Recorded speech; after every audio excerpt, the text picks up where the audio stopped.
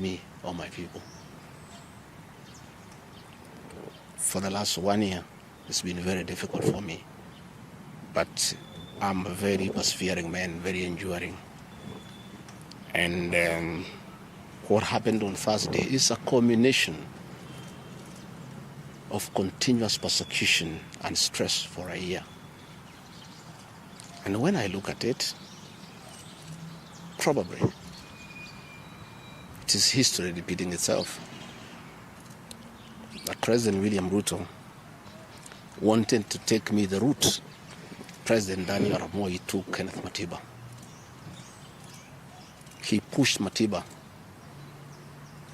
up to getting a stroke and eventually dying. When I look to what the president is doing to me, especially now when I'm in hospital, crippling me, treating me like an animal, I think he wanted to take me the Matiba route.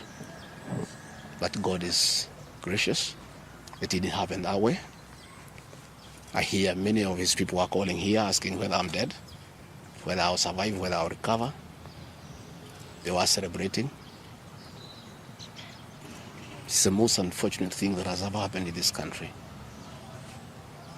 That you can be so vicious to a man who helped you to be president. And the crime of this man?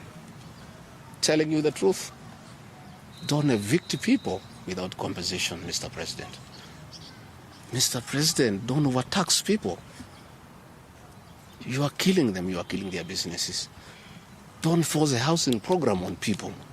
If people do not want these houses, don't force them.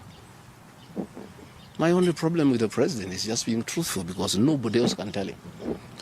The framers of the 2010 Constitution wanted a deputy president who is elected as a buffer who can stand for the people.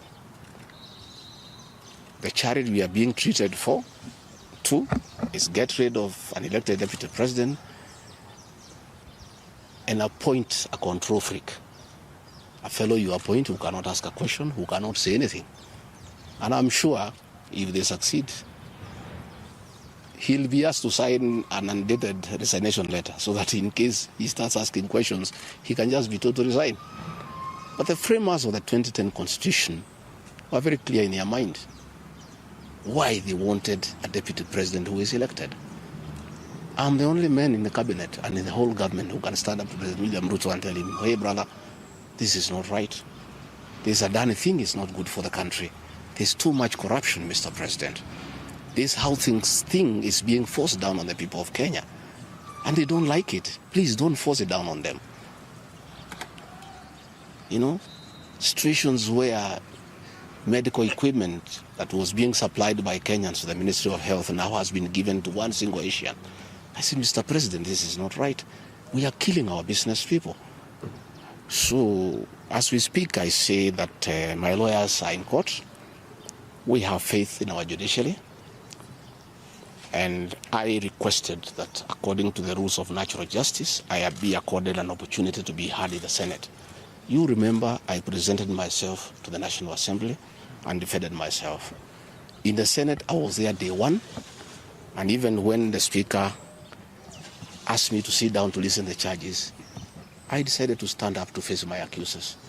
I was there the following day. I was ready for cross-examination.